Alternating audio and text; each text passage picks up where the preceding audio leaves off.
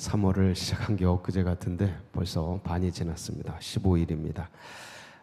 주님께서 이 빠른 세월 속에서 영원한 것이 무엇인지 오늘도 다시 한번 확인하며 그것을 견고하게 붙드는 우리 모두가 되시기를 축복합니다. 우리 그런 기대를 가지고 예레미야 19장 말씀, 오늘 말씀 제목은 깨진 옹기의 계시.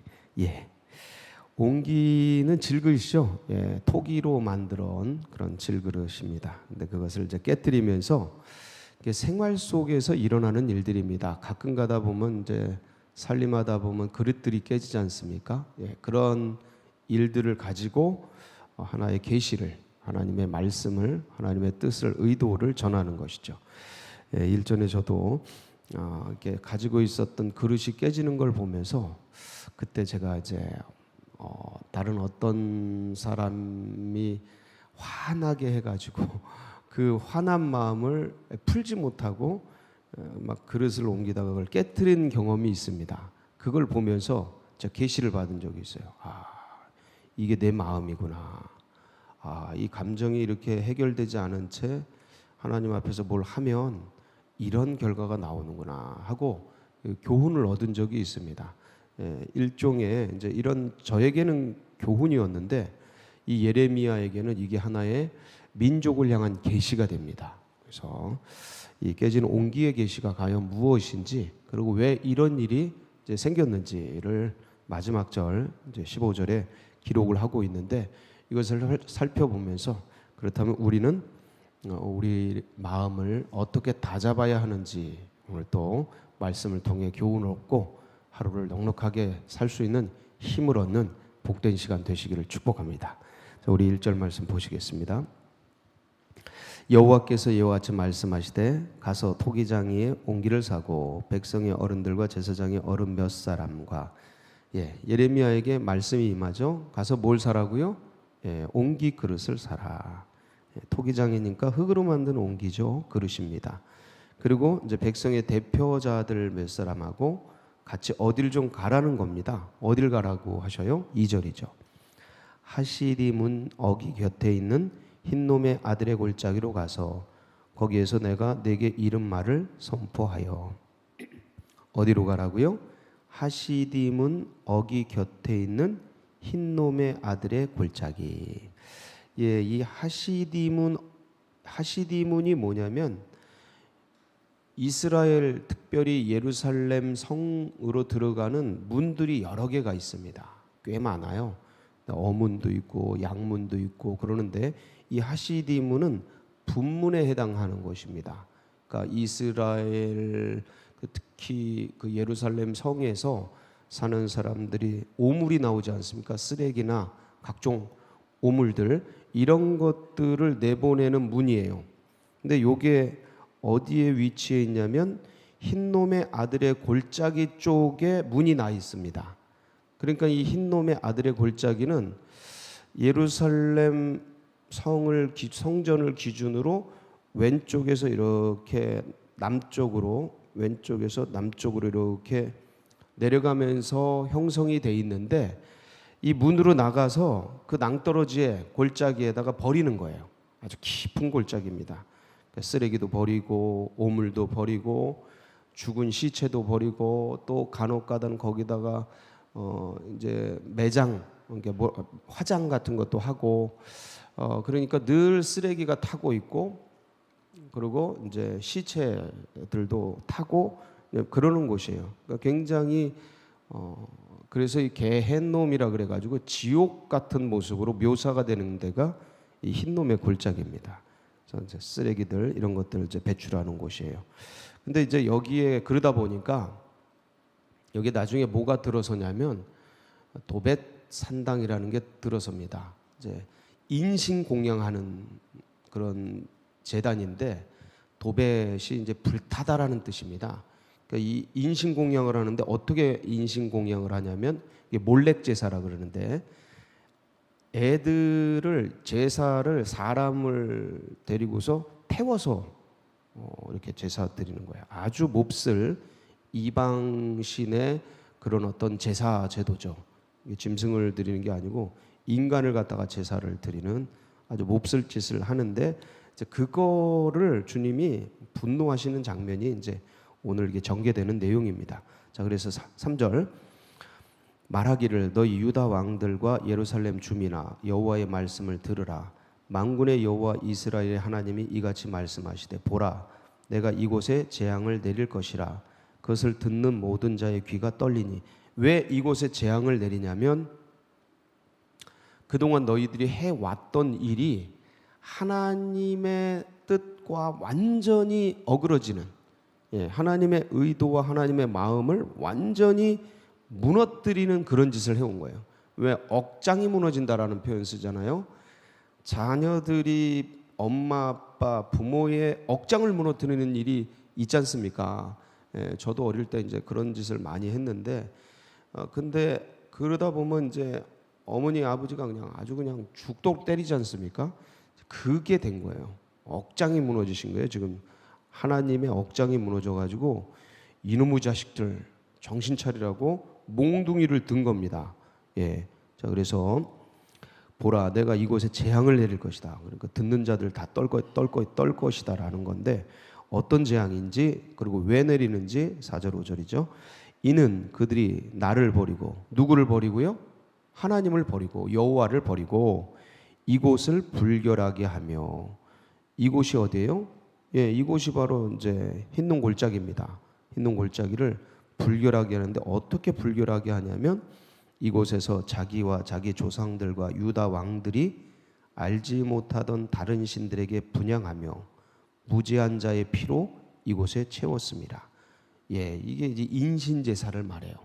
아무런 죄 없는 아이들을 갖다가 태워 죽이고 아무런 문제 없는 그런 자매들을 갖다가 태워 죽이고 이런 거예요. 그러니까 무죄한 자의 피로 이것을 채웠다. 다른 신들에게. 이게 몰렉이거든요. 몰렉 제사가 이런 짓이에요. 그래서 5절 또 그들이 바알을 위하여 산당을 건축하고 이게 이제 도베산당이죠. 그리고 자기 아들들을 바알에게 번제로 불살라 드렸나니 이거는 이제 남자들을 갖다가 또 태워 죽이고 이는 내가 명령하거나 말하거나 뜻한 바가 아니니라. 여러분 하여간 하나님 없이 하나님을 떠난 백성들은 자기를 죽이든지 자살을 하든지 남을 죽이든지 살인을 하든지. 근데 이 살인이 이렇게 미화되는 거예요. 종교적으로 미화되거나 그럴듯하게 이렇게 침범해서 없애거나 뭐 이렇게 만들죠. 이게 종교적으로 이제 태워 죽이는 거죠.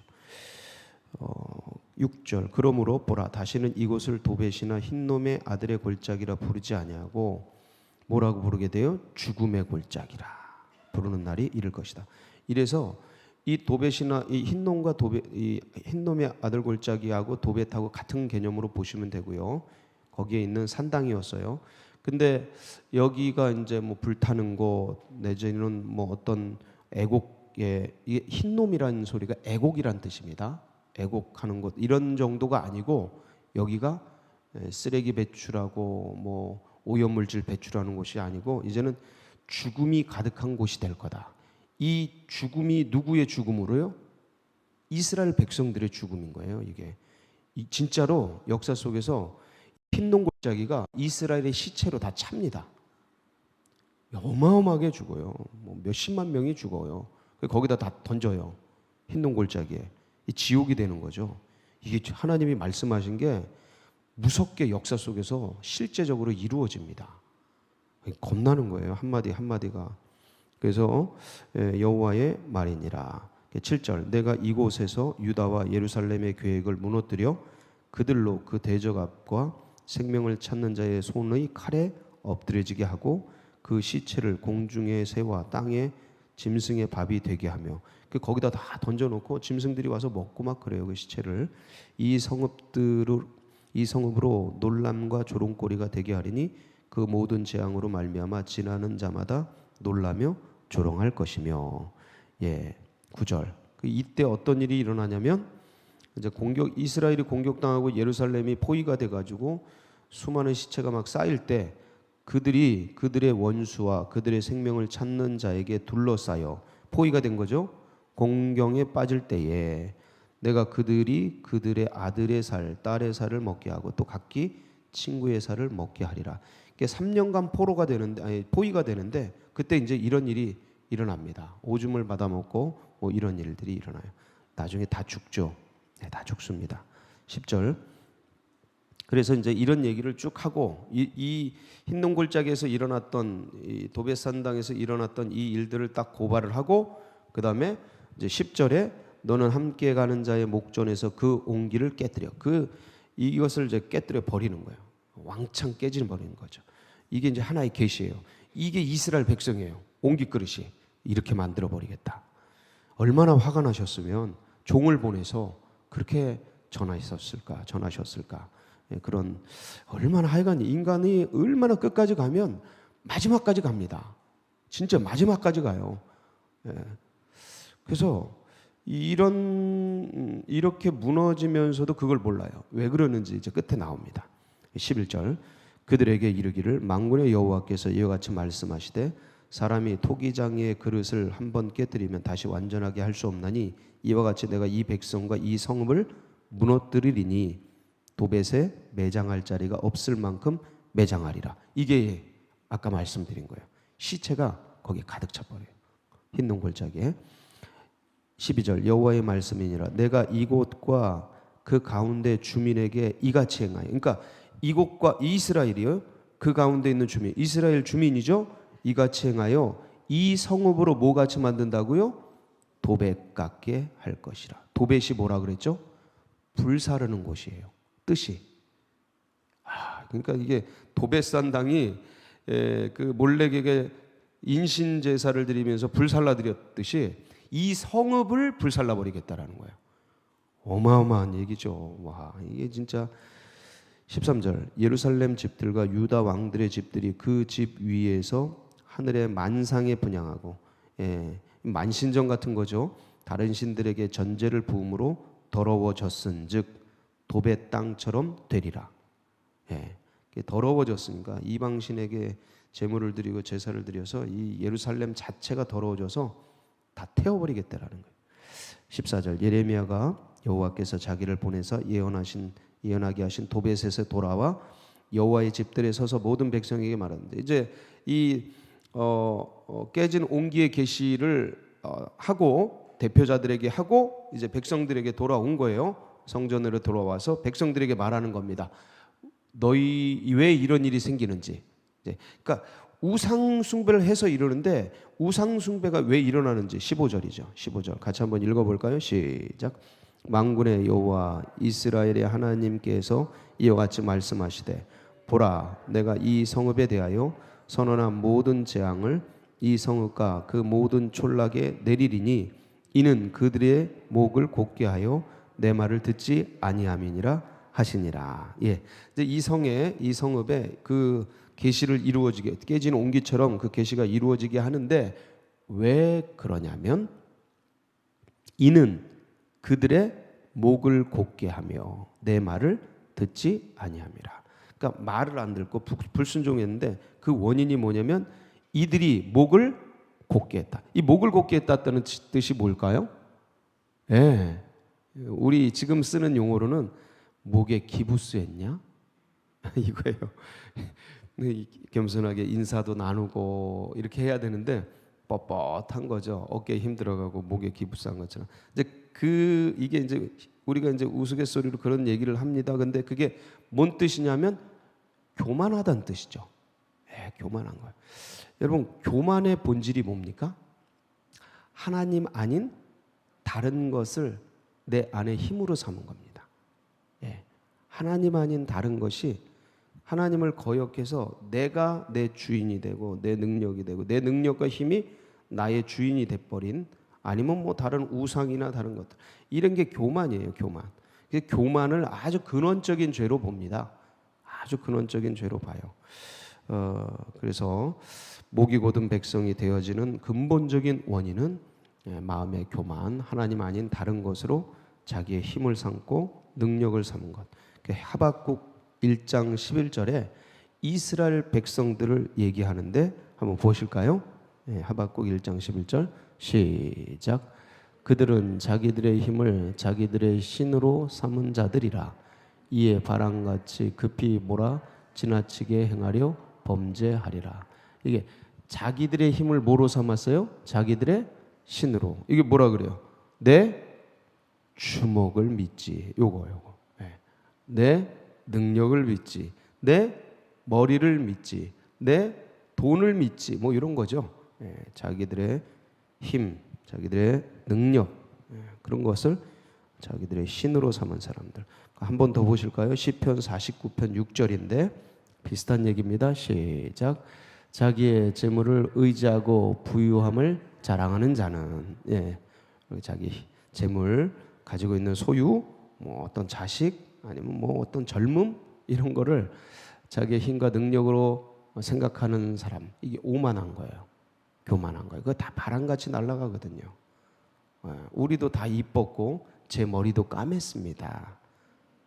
다 지나가요. 거기다 마음 둘 게 없습니다. 지금 머리 감으신 분들 세월 지나면 장사가 없습니다. 거기다 마음 둘 게 아니에요. 이쁘고 멋진 것, 거기다 의미를 둘 게 아닙니다. 저도 한때 이뻤습니다. 세월 지나니까 다 똑같아져요. 거기다 마음 둘 게 아니다. 지나가는 것에 마음을 둘 게 아닌데 사람들이 다 거기다 마음을 쓰더라. 그게 오산인 거예요. 그게 교만인 거예요. 그게 문제인 거예요. 그러면 진짜 우리의 힘으로 삼을 게 뭡니까? 시편 144편 15절 한번 보실까요? 시작.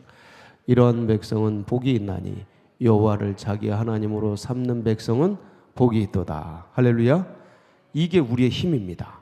이게 우리의 능력이에요. 그래서 하나님을 기뻐하고 하나님께 예배드리고 하나님을 가까이 함으로 그것이 힘이고 능력인 이 백성, 그게 복이 있는 겁니다. 그러니까 여호와를 아는 것, 그리고 그분을 믿고 즐거워하고 행복해하는 것, 마치 아이가 엄마 품에 있음 같이, 뭐 바람이 치든 뭐가 치든 5만 가지 문제가 있든 아기는 엄마 품에 있으면 행복하잖아요. 바로 그거예요. 그 마음. 그래서 주님은 너희가 어린아이 같지 아니하고는 천국에 갈 수 없다라고 말씀하실 때 그 어린아이 같은 마음은 뭐냐면 전적인 의존이에요. 아이가 어미에게 전적으로 의존된 것처럼 그때 제일 행복하거든요. 그러니까 우리가 나이가 먹고 세월이 간다 그래서 하나님으로부터 없이도 뭘 하려고 하는 거, 이거 말고 세월이 가든 나이가 들든 주님 앞에 전적인 의존을 가지고 어린아이 같아지는 그 순수한 마음, 그게 제일 행복한 겁니다. 저는 그런 분들을 알고 있습니다. 그런 분들을 보면 제가 다 행복해요. 보면 참 저는 이렇게 내 힘으로 뭘 하려고 많이 했던 사람이고 뭔가 세상을 뚫고 가려고 아락바락했던 사람이라 그런 게 잘 없어요. 전적인 의존 뭐 이런 거, 그게 좀 약해요. 근데 그런 분들 보면 너무 아름다워 보여요. 어떻게 저렇게 연세가 드셨어도 신앙이 저럴 수 있을까? 간혹가다 이렇게 그런 분들, 어린아이 같은 분들 뵙게 됩니다. 순수하신 분들, 저건 진짜 큰 축복이다. 왜냐? 하나님이 붙들어 주셔요. 그런 분들은. 우리가 세월이 가고 날이 갈수록 그런 주님께 전적으로 의지하고 여호와를, 우리 주님을 우리의 힘으로 삼는 그런 생이 되시기를 축복합니다. 같이 기도하시겠습니다.